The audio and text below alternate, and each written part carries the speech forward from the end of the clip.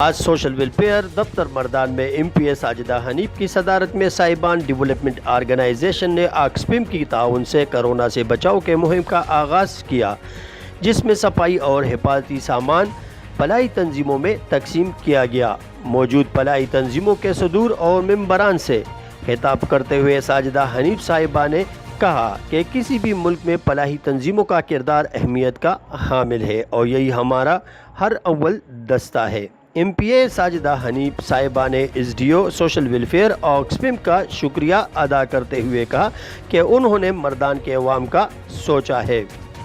साहिबान development organisation के सदर ने प्रोजेक्ट के अगराज व मकासद बयान करते हुए कहा कि ऑक्सफैम की ताउन से 3 महीने का प्रोजेक्ट 4 यूनियन कौंसिल में डिस्ट्रीब्यूशन करेंगे, जिसमें ग्लव्स, मास्क, सैनिटाइज़र और साबुन शामिल है।